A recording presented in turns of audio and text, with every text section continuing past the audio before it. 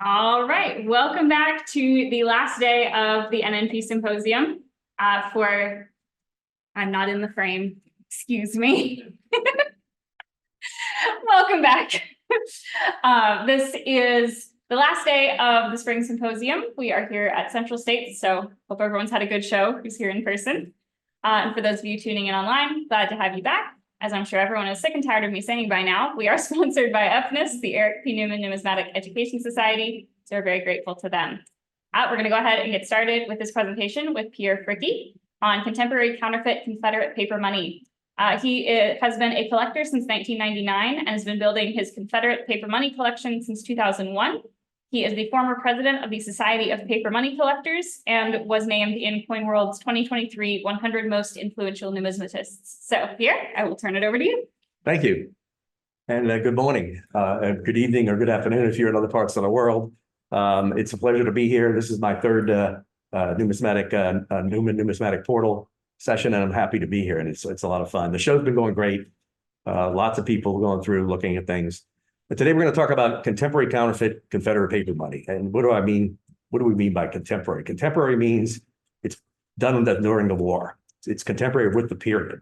So that's what we're aiming at here. There are a lot of Confederate paper money post-war fakes, souvenirs, ad notes, things like that. Those things are all interesting. The vast majority of those things are easy to tell. Those things have actually become a collectible themselves, especially the 1880s and 1920s, 1910s, 1930s stuff. Some of those things are worth 30, 40, 50, even $100 a piece now. The Cheerio stuff from the 1950s and 60s, not so much. Those are typically good things to give away for gifts or as educational devices that teach the next generation about history. And those are easy to tell too. The counterfeit Confederate paper money we're going to talk about today was made in the Union. It was not necessarily sponsored by the Union, but it was made in the Union. We're going to get into what that is, what it looks like, and contrast it with the genuine notes. But first, a little history. So the Confederate States of America was formed in right after Abraham Lincoln won the 1860 election. By early February, Montgomery, Alabama, 7 states seceded and formed this new nation called the Confederate States of America. They needed to do a lot of things: create a government, create a set of laws, a constitution, and all these things. One of the things they needed to create was a financial system. The financial system was based on bonds, fiat paper money. There was a very short attempt to do some coinage out of the New Orleans Mint that was just done with four patterns. With the war starting in April 1861, the Confederacy needed to go to gold and use its gold and silver for foreign trade. There were 7 series of Confederate paper money issued, ranging from the Montgomery notes that were issued out of Montgomery and printed in New York City, by the way, which I'll talk about in a minute, all the way through the 1864 series, which there were hundreds of millions of dollars of that stuff printed, including 10 million $10 bills, which is the most well-recognizable. One of the recognizable was the horses pulling artillery. So there was a lot of this printed during that period. There were many different printers. There was no Federal Bureau of Engraving. There was no central authority. There was a Treasury Bureau in the Confederacy that oversaw the printers that were printing it. But this led to a lot of different designs. There were 70 different official designs of Confederate paper money that were issued over that period. And basically that especially early in the war, it was quite confusing with all the different designs. Many different errors, lots of different kinds of paper. This led to the possibility to make counterfeiting pretty easy, and counterfeiting was pretty widespread. So these are the Montgomery notes. These notes were not counterfeited. Now, you can find souvenirs after the war of these things, and the $1,000 note in particular is quite popular to be a souvenir note. But there are no counterfeits of these. The one thing I'll say about these were high quality steel-plated engravings done in New York City before the war started. Between February and April 1861, the North and South could trade and participate in business with each other, and they did these things. So these were not counterfeited. You will not find any contemporary counterfeits. The other thing I'll point out is sometimes you see Confederate money that's $10,000 or $100,000 or $1 million. Those are 1950s and 60s fantasy notes. The Confederacy only issued one 1,000, one 1861 500, and one 1864 500, and everything else is 100 and below. So if you see a $10,000 note or a $100,000 note, they're cool, and they're actually worth a little bit of money now, at least a few bucks, maybe even $10 if they're in good shape. But they're not these things. After the war started, the Confederacy lost access to New York printers and Philadelphia printers, and so had to do their own thing. And you can see the quality dropped off sharply in terms of their ability. The South didn't really have any printing places except in New Orleans. There was a branch of the American Banknote Company, renamed the Southern Banknote Company, that could print notes. But you can see how the quality dropped. These were stock vignettes on fairly low quality paper. The note in the lower right is done in New Orleans by Manuvrier. The others are done by Horan Ludwig in Virginia. You'll soon shortly see that a lot of this stuff was easily counterfeited during the war. They got a little bit better as the war progressed. Keating and Ball in Richmond and Columbia, South Carolina, did some pretty high quality notes. Several of those are here. The American Banknote Company are the ones, the first and third, second on the left and the middle on the right. Those are the American Banknote Company in New Orleans. They did high quality work. That branch was shut down in April 1862 when New Orleans fell. And some of those, even though they're high quality, were actually counterfeited. So the counterfeits appear. The counterfeits start appearing at the end of 1861, late in 1861. And they again were off these Horan Ludwig notes for the most part that were very easily done. Stock vignettes, the papers were easy to duplicate in the period. They did a pretty good job in some cases looking like the notes of the period. Sometimes they kind of look cartoonish. We'll get into a little bit more details of those. And I'm going to show you some circles on the next slide. They're going to show you some of the differences between the real and genuine notes. There was, let me see if there's anything else on this. By mid-1862, there was so much of this stuff around, and we estimate there was at least 10%, in this period, probably more like 20 to 25%, 25% of the notes were counterfeit by the time you got to mid-1862. So there was a panic in August 1862 out of starting in Charleston, South Carolina. It spread around from the different depositories. One of the things, I'm going to step back for a second. The Confederacy had a system of money where there were local government offices in many towns called depositories. And this is where you trade your money in for bonds, trade your old money in for new money, and then would cancel it. That's why the Confederate money is canceled. And you would also go validate the money there, or they would validate it before they took it and gave you bonds. And so a lot of the counterfeits were discovered in these offices. And starting in Charleston, there was a lot of panic going on around some of these kinds of notes. And that's going to play a pretty important role. Now, here are these notes, the same three notes we showed on the past page. The 1861 50, 100, and 20 over here on the right-hand side are counterfeit. The left-hand side are genuine. And you can see some of them look pretty easy to tell. Some of them a little more tricky to tell. The top, the $100 note is almost cartoonish on the right-hand side. It doesn't have anywhere near the quality of ink or paper. The paper's thinner, almost brittle. And the engraving is almost wood. It's like a woodcut as opposed to a lithographic stone. But then some of them down, and you can see some differences. And I'm going to talk about George Tremmel's book, but there's some differences in terms of the wagon wheels, the hat, sometimes the rocks by the soldiers' feet. These are illustrated in George Tremmel's Contemporary Counterfeit Paper, Confederate Paper Money, published by Whitman Publishing in the OOs. Still available from Whitman, by the way, well worth getting. And you can tell the difference between these things, and they highlight the different points to tell. So the first one's pretty easy to tell. The second two are a little bit harder to tell. And again, you look at some of the vignettes have some differences in them. The other big tell on a lot of these things is the signatures by the counterfeiters were printed. Not always. There's also a lot of blank ones.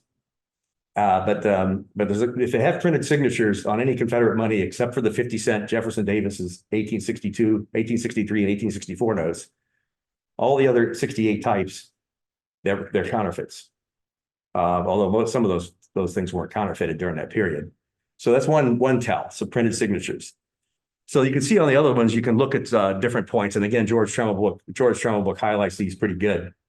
Another way you can tell the difference is the Confederacy registered its debt. And what that meant is it registered, and money is debt. Paper money is debt. And what they would do is they would have the Treasury Bureau had mostly women signing these notes for the register and for the treasurer, because those government officials were not going to sit around and sign all these notes. And they serial numbered these notes also. And they kept records of the signers matching the serial numbers. Well, this gentleman named Raphael Thean published that work later on after the war, I think in the 1880s, if I'm not mistaken. And Douglas Ball picked up, it was a very rare book. You couldn't get it back then. But in 1972, Douglas Ball helped get it published in a format that you can get today, called the Register of Confederate Debt by Raphael Thean. There you can go in, and about 95% of the time, the serial numbers and the signatures are accurate in that record, and that will help you determine some of the real versus counterfeit notes as well. Not all the notes were actually counterfeits. When I use the word counterfeit, I mean it's actually a copy of a genuine note. There's also spurious or fantasy notes. And this is an example of what we call a fantasy note or a spurious note. And that means it's made up design. There was no genuine note that looked like this issued by the Confederate States of America. And this one was done by a gentleman named Sam Upham, which we're going to talk about him shortly. And he picked up some vignettes from a couple of, I'm thinking where these things came from. There was an Ohio script note that had one of these vignettes, and there was a couple other notes that had the vignettes of the deer on it. And we don't know where he picked them up. And some speculate maybe the federal government helped him with this. That's not proven by any stretch of the imagination, though. And this note was issued pretty early on by Sam Upham. And so this is an example of what we call a fantasy note. And so these circulated as genuine notes because people didn't know this wasn't real, because it wasn't like today where the money was standardized. So this is an interesting note. And by the way, Confederate collectors collect this note today as part of their typeset or part of their counterfeit set, even today. These are actually quite popular because they're pretty cool and pretty cool history. So let's get on to Sam Upham. So this is the first and most prominent and major player that was involved in counterfeiting Confederate paper money. Sam Upham was an independent person. He's an independent businessman. He was not associated with the federal government. He was born in Vermont early in the 19th century. He was in the Navy. He was part of the California Gold Rush, came back and settled in Philadelphia, opened up a printing shop and some other stores and things that he did. And then he became a newspaper man. He was involved in newspaper printing of things. And when the war started, he got this idea to basically create souvenirs of Confederate paper money. And what he would do is, and I'm going to show you some pictures of these things, he would put facsimile Confederate note, or he put his whole address at the bottom of the outside in the selvage of the margin of the note. And that would help him sidestep the anti-counterfeiting laws of the United States government, because now these are not really counterfeits, they're souvenirs. Of course, it was pretty easy to trim them off with scissors and spend these things as real paper money, although not in Pennsylvania, not in Philadelphia. So this is a picture of what Sam Upham looked like. He was the most notorious and prolific counterfeiter. The other thing I'll say about him is he really irritated Jefferson Davis and the Confederacy. He irritated President Jefferson Davis of the Confederacy so much that Jefferson Davis said once that Sam Upham caused more damage to the Confederacy than McClellan's whole army. And that would have been in 1862 when McClellan's army wasn't particularly effective in the East anyway. In the West, General Grant was doing a little bit better, but and certainly at that time, that certainly was probably true. This stuff caused a lot of damage in terms of, and we're going to get into what that damage was in a little bit. So let me move on to the next thing. So Upham becomes widely known. He actually had one of his notes featured in the Philadelphia Inquirer in, I think this is February 1862. One of the Southern Banknote Company high quality notes, which the counterfeit's actually pretty primitive, so it's very easy to tell the difference between them. The high quality notes on thicker red fiber paper. This is on very thin, fragile paper, and the designs are almost cartoonish compared to the real notes. That being said, they're very popular. They're pretty. It was featured in this newspaper, and he actually, that newspaper is kind of a collector item itself, and even the picture of the note cut out is worth some money, as a collectible from that newspaper. On the right hand side, we see Sam Upham advertising selling these things as souvenirs. He was selling them 5 cents a piece, or much cheaper in bulk lots.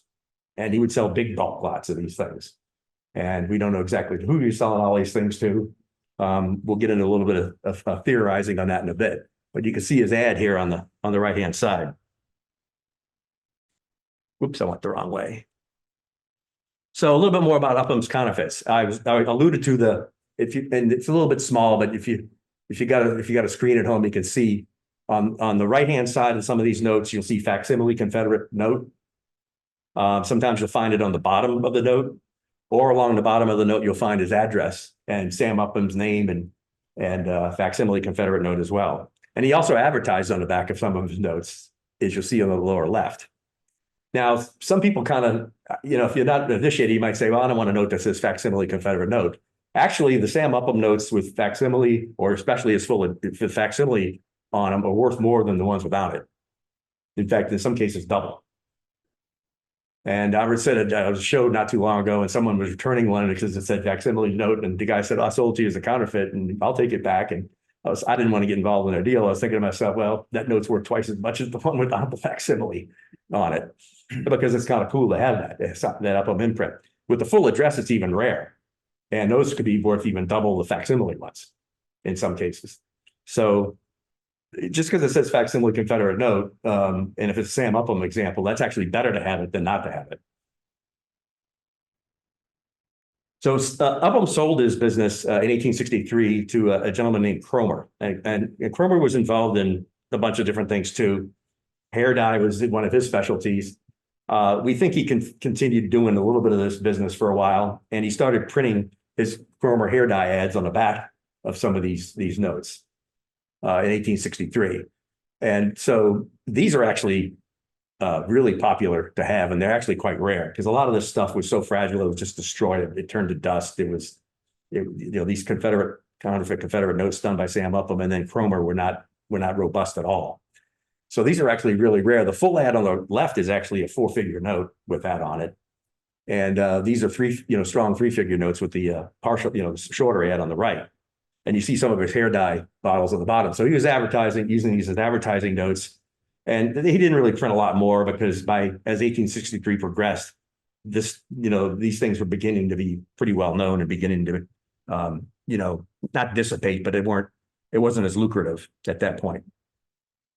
Another group of people, and we don't know as much about these people as we do Sam Upham because they're much more, they're not running a business, they're not promoting themselves. The Payne Gang operating in the West. They were from the Kentucky area. They were into cattle and these kinds of things. They couldn't really operate in Kentucky because Kentucky wasn't a Confederate state, even though it had a Confederate government for a little while in 1861 and very briefly in 1862 when Braxton Bragg invaded it. Kentuckians didn't really take Confederate money. Kentucky gave about 1/4 of its troops to the south and 3/4 of its troops to the north. So they couldn't really operate there. They went to Texas and started buying cattle, and they spent hordes of Confederate counterfeit money buying cattle and heading it back east to supply the army. They opposed this as army suppliers, but they were obviously basically stealing. And they eventually got caught. And I think when they got caught by one of them bought a horse for $450 in Confederate money. Person that sold them the horse recognized it, and they nailed them. So they got caught passing this. I think they went to. I don't know if we know exactly what happened to them. They didn't get hung or anything like that. We know that they may have been in jail for a little while, but they weren't. No one was executed for any of this Confederate counterfeit paper money. Another gentleman who is not as well known as Upham, but is known more than the Payne Gang, and these guys, it was Winthrop Hilton in New York City. Now Winthrop Hilton was into counterfeiting bonds. He was into counterfeiting. We believe he's into counterfeiting federal money and counterfeiting Confederate money. And he was a guy that both the South and the North kind of wanted to get, but they never really could get him at first. And he would produce high quality notes. So if you find something that's not an Upham, doesn't have an Upham imprint, and it's a real high quality counterfeit, it looks like the genuine Confederate note, it's a chance it's Winthrop Hilton's. Pretty good chance. Can't prove it, but he was the only one producing that level of quality. So it's almost certainly Winthrop Hilton. Winthrop Hilton would charge 10 times as much money for these notes versus what Upham was in bulk. But he sold them, not to the level Upham did, but he sold them. This was a gentleman that Jefferson Davis conducted one of his spy operations against, to sting operations, I guess it would be a better term, to trap him and get him caught. And what he did was he basically sent agents up to Winthrop Hilton, posing as Confederate government Treasury people, to try to solicit Winthrop Hilton to print money for the Confederate government officially, which would have been illegal under the not collaborating with the enemy laws. And they set him up, and then the Confederate agents turned him in, and the government arrested him and shut him down. So the South actually got the North to shut down one of the major counterfeiters that were hurting the South by conducting a sting operation. Winthrop Hilton did go to jail. He was shut down at the end of 1863. So obviously the Confederacy had to respond to this stuff. And so they did. Secretary Memminger was in charge of the Treasury Department. He did a bunch of different things. One was he basically wanted to look at printed signatures. So there was in 1862, later in 1862, there was a request to get some sample printed signatures. Now, we don't know of any examples of those samples known today. And I'm not sure how much that would have helped with the counterfeiting, but that's one of the things they did. I'm going to talk on the next page or so about an example of something that happened with that in a minute. He did other things. They after the September and June 1862 notes. In December 1862, they standardized the notes and started putting backs on all the higher denomination notes down to the $5 bill. And that was actually very important because that made it harder to counterfeit them, made them more expensive to make. And then once the designs were standardized, people could recognize them more easily. And so that really helped. That actually did help quite a bit. There was a few other things I want to say here. I mean, they looked at European sources, but the Union blockade by the end of 1862 was really being pretty effective. They tried to import some plates in 1864. Which are the chemical graphic plates. They were intercepted by the blockade, so they really couldn't do that. They had Treasury detectives doing things. The Winthrop Hilton thing was an example of something that they did. They looked at let me see. There was alert suspensions. There were, the telegraphs connected a lot of these depositories I talked about before, so there would be alerts that would go out over the telegraph lines looking for certain kinds of things. The scare of 1862. Was one of those things. We're going to get into the scare of 1863 in a minute. And so they did things like that. There was punishment, but the punishment, again, they really couldn't prove a lot of these things. If you were passing these notes, you didn't really know much. I mean, you probably, they had to catch the people actually printing them. You couldn't really, they didn't really go chase people down passing them because they'd have to arrest 25% of the citizens or something because it was all around. And it wasn't just Confederate money, it was obsolete banknotes and other things like that too. So let me step aside here. Now, this is two more pretty famous Confederate notes, although these are not regular issue Confederate notes. They're not genuine Confederate notes. They're also fantasy notes. These are all printed signatures on them, and they were dated in September 1862. And some people believe these are examples of the printed signatures that Memminger was asking about. I don't subscribe to that theory, and none of us have been able to prove it yet. I subscribe to Philip Chase's theory, which is a little bit more insidious, and they're not exactly part of the counterfeit story, but they're related. This gets into the printers hating each other and attacking each other. So when Memminger and during this trying to get some printed signature samples out. Done that period of time, Hoyer and Ludwig, with those poor quality designs I talked about before, was losing business to Keating and Ball, who did those higher quality designs we talked about before. And so Memminger obviously wanted the higher quality notes. They were harder to counterfeit. And so Hoyer and Ludwig, we believe, as they were losing business to Keating and Ball, made these up in response to that printed signature request to make Keating and Ball look bad. And why is that? Well, these are Hoyer and Ludwig designs and vignettes. But it says Keating and Ball misspelled on the note. It says Columbus, South Carolina, not Columbia, South Carolina, misspelled on the note. The paper quality of these notes is horrible. It's very thin, brittle, like rice paper. You would never submit this to get a government contract. even back in 1862. You just wouldn't do it. So I subscribe to Philip Chase's theory that these were actually industrial espionage from one printer to another to make it look bad. And these things were done during the war. We're pretty sure of that. They've been found with the earliest collections. And I even had one of them that we believe was found with the Richmond Treasury Hoard at one point. So, but they're rare. They didn't print a lot of these things and they didn't survive. The paper was so bad, they didn't survive. There's probably about 80 or 90 known of the 20 and maybe 40 known or 40 or so known of the 10. So these are very rare, actually. But I go on a sidebar because these are fantasy notes of additionally. I actually included these in my Confederate typeset because Criswell gave them type numbers to sell more of them, I guess, is what I've heard. T47 and 48. They're also known as XX2 and XX3 for counterfeits. So when I sold my Confederate typeset, I put them in my counterfeit set. And then when I sold that, I sold them with that. So you can collect these either way. They're actually pretty cool and pretty historic. So the standardized designs, you can see the standardized design. These are Keating and Ball impressions, especially the one on the left, the higher denominations on higher quality watermark paper. And so this actually helped reduce counterfeiting. And these notes weren't counterfeited here, actually. But there was a scare in 1863. In 1863, the scare wasn't around printing new counterfeit notes. It was actually stolen genuine sheets that were then forged with fake signatures and serial numbers in quantity. These things circulate around. So that's a genuine $20 1863 Confederate note, but it has the wrong signatures and serial numbers on it. And that created another scare during the next year in 1863. And so there was a whole bunch of activity around that in terms of Memminger suspended the second series. These were second series notes. He suspended the second series notes. There also were some 10s and some 5s like this too, although most of them were 20s. He suspended some of these notes where people had to go turn them in and exchange them in for other things at these depositories.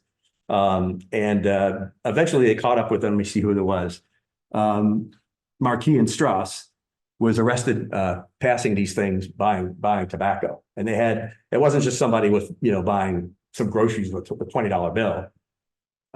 It was a large quantity of this notes. And anybody had a large quantity of this notes would be highly suspect versus an individual that might have had one of them by accident. So this got shut down, but it really could cause a lot of problems in the period. And I'm going to get to that in a little bit, but I'm going to touch on 1864. What were some of the problems? 1864, we did see some counterfeits in 1864. On the right-hand side are the counterfeit notes. On the left-hand side are the genuine notes. These are high-quality Keating and Ball creations with the blue backs, except for the 500 didn't have a blue back, and the low denominations didn't have a blue back.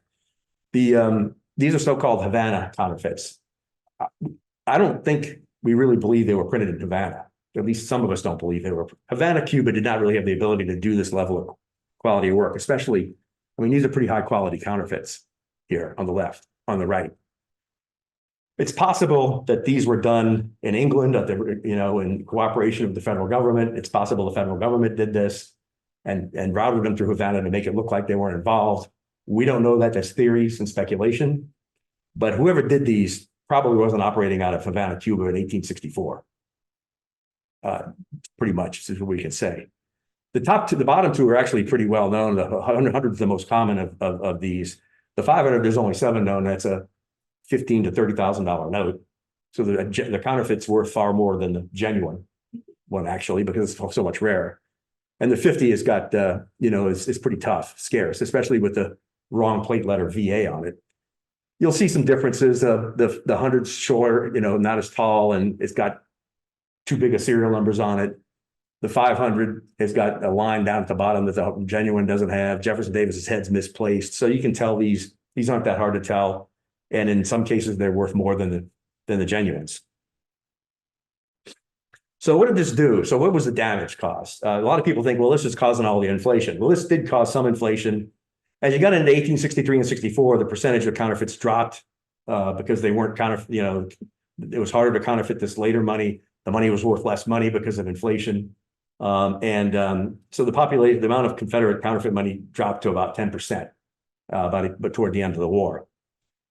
So it did cause inflation, but the bigger problem is it caused panic and scares. So you could approach me and you want to buy something in my store with Confederate money in late 1862. I might not take it because these weren't legal tender. These were treasury notes that I didn't have to take. So I might insist on coins. I might insist on state notes, obsolete bank notes. I might insist on you having a letter, a credit line of some kind if I knew you real well versus taking Confederate paper money. And so there was friction put into the Southern economy that would slow economic, both civilian and military economic progress down, which actually hurt the Confederacy militarily, as well as the standard of living quite a bit. And that was probably the biggest impact. Now, what really caused the inflation? I say it wasn't so much the counterfeiting, it actually was the printing of money by the government, but also the shortage of goods by the blockade. So you have lots of money chasing fewer goods, the prices go up and up and up. And so that's what that's what this table shows over here. This table is actually a record over the war of the value of Confederate money in gold. Now, Confederate money wasn't backed by gold. The United States money today is not backed by gold, but you can go out on the floor and here in Central States and buy gold and trade your paper money for gold at an exchange rate of $2,300 or whatever it is today per ounce. Well, you can do the same thing here at these depositories and places like that. You can go trade your Confederate paper money in for gold for those that were willing to do that. But it deteriorated pretty rapidly. It went to 2-to-1 in 1861. By Gettysburg, it was 7-8-to-1. After Gettysburg, it dropped. Then the South lost Gettysburg and Vicksburg. It dropped to 12-to-1. By the time Robert E. Lee surrendered, it was 80-to-1. 3 weeks later, it went to 1,000 to 1,200-to-1. And May 1st was the last, 1865 was the last trade. That was after Joe Johnson surrendered, but they still had troops in the West. I don't know who took 1,200 Confederate dollars for a dollar of gold in May 1865, but whoever it was probably not too smart. But they did that, and it was kind of interesting. A sidebar point I like to make on this, and again, this wasn't driven by counterfeiting so much, but it is kind of an interesting factoid. Today, at $2,300 to $2,300 for an ounce of gold, there's an equivalent point in this table that the Confederate dollar is worth the same in gold as the United States dollar is today. And I don't know if anyone wants to venture a guess what that might be, where that might be on this table. Well, now that gold's up to $2,300 an ounce, it's actually somewhere around where Joe Johnson surrendered at the end of April. It's from somewhere around April 20th, 1865. So today's US dollar is worth the same in gold as Confederate money was worth in April 1865. Now, obviously, the country's in a much different position, but from an inflated value versus gold, we've had our share of inflation for reasons also, much different reasons. That's a little bit of a sidebar. But I do want to point out inflation was caused by counterfeiting, but it wasn't the main thing. It was really the impacts on the scares and things. The Union government was involved at some level. It was really involved in trying to, well, first and foremost, they didn't want Union money counterfeited. And Union money was also being counterfeited. Winthrop Hilton was one that was doing it. I don't know all the other activities that were going on in the Union, but they had agents. There's a woman here, Madame Velasquez, who dressed as a man and a woman. She was quite the master of disguises. She would actually infiltrate the Federal Bureau of Federal Government. It didn't have a Bureau of Engraving, but it had people that also dealt with printers, printing the Union greenbacks and the fractional currency and all that sort of thing. And they found Confederate bonds and Confederate Union bonds that were counterfeited in there. We never really got proof of what those were, whether they were captured and being looked at and studied, or whether that some of the people in the federal government were also corrupt. We never really can figure that out so much.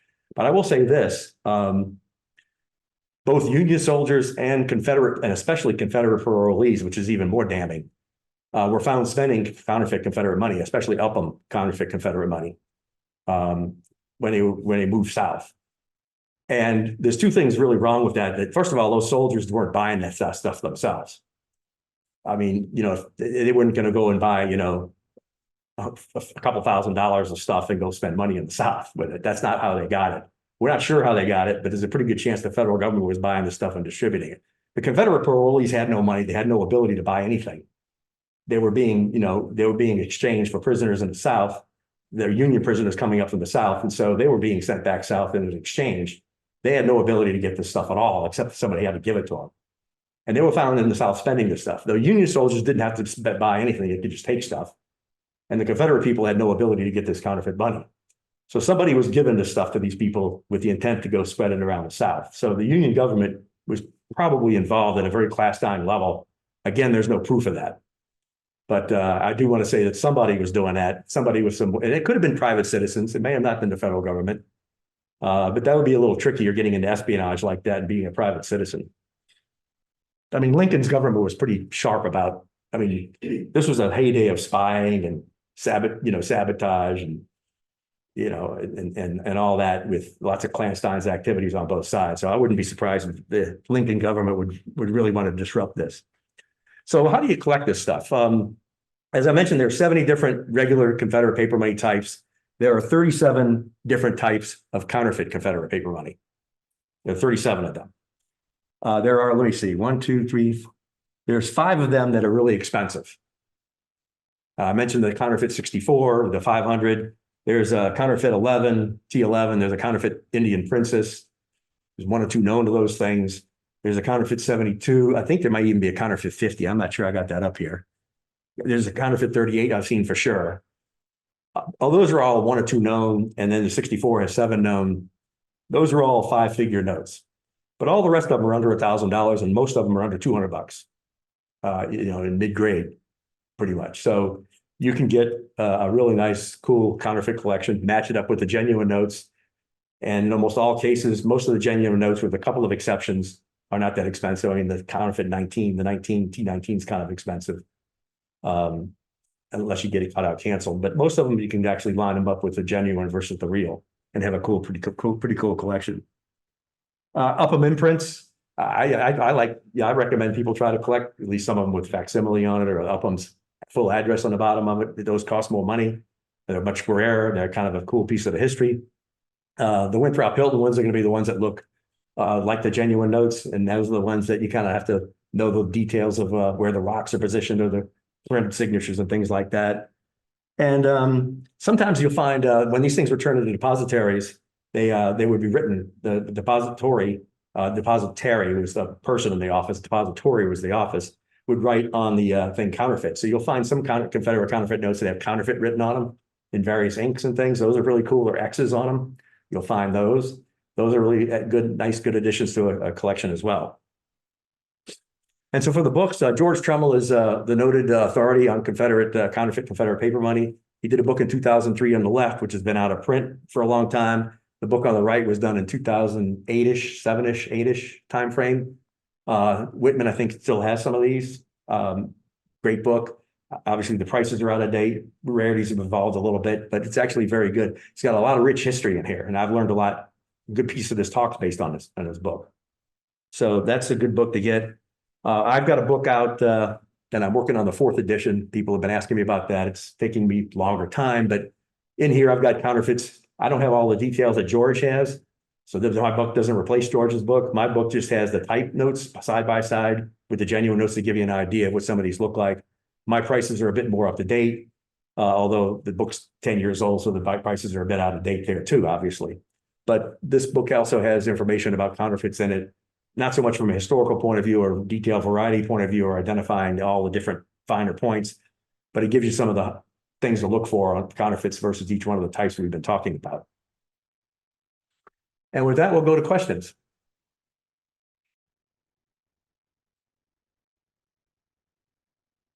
All righty, and let me get screen share down here. There we go. Okay, so I know we already have one that came in online, and I'm gonna mess with this for a second. Sure. So how did you get interested in this topic? Well, I don't want to go through the whole long story, but I'm from Louisiana originally. Most of my family came over after the war, but I part Cajun, they were here.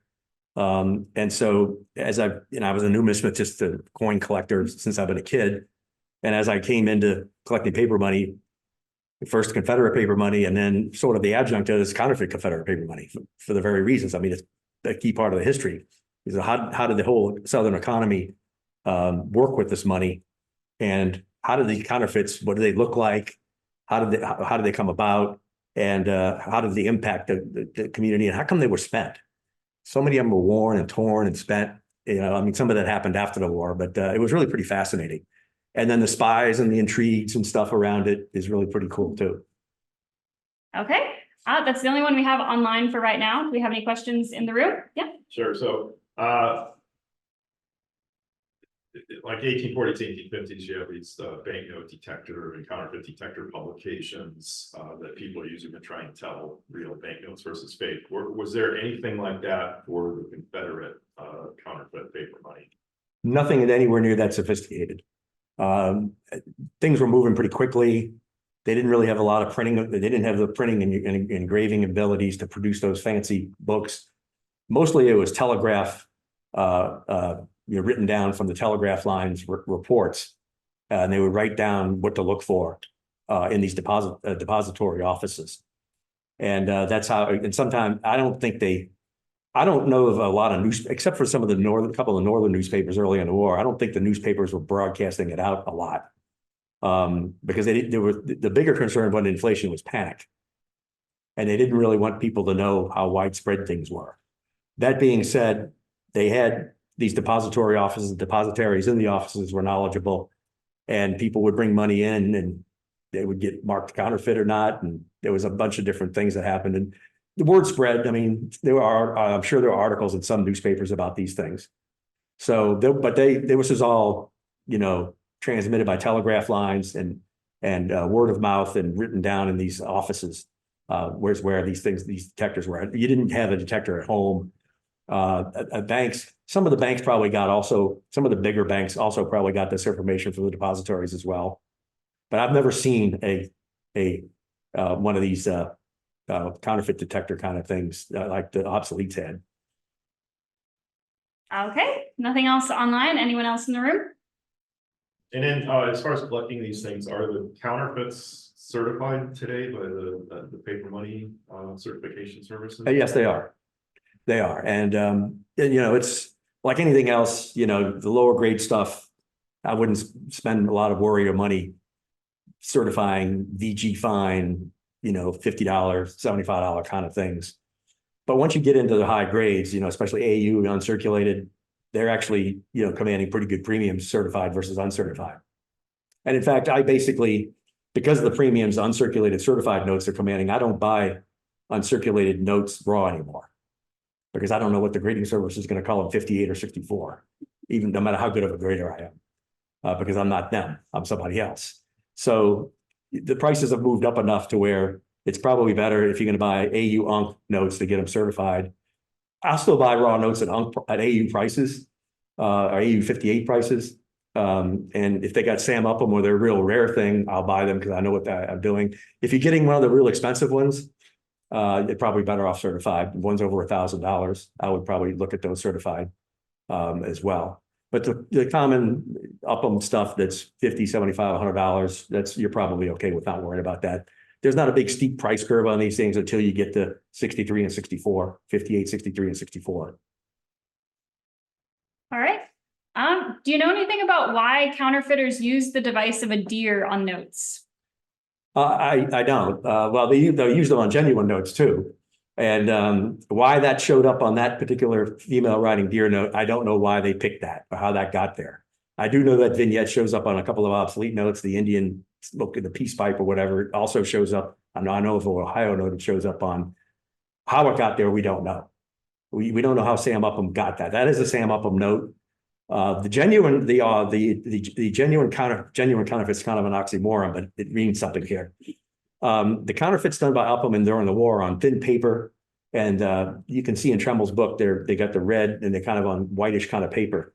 There are post-war ones in the 1880s that actually are pretty highly collectible as well now. And they have the backs, the green backs with the XX on them and stuff. And the designs are featured in Tremble's book. In the 1880s, those are about worth half of the ones that the war ones are worth. But how the designs came about, we don't know how that was picked. All right. We don't have any others online. Anything else in the room? Nope. Okay, then I think that will probably wrap us up. Thank you so much for joining us again. Always a pleasure to have you. For everyone watching from home, we'll be back at 12 Central, 1 Eastern whatever time zone you're in, with Chris McDowell speaking about some metals. So hope you'll join us there. Reminder, all of these talks are being recorded and the recordings will be up on the NNP as well as YouTube in about 2 to 3 weeks. So thank you, everyone. Hope to see you all back at noon. Thank you.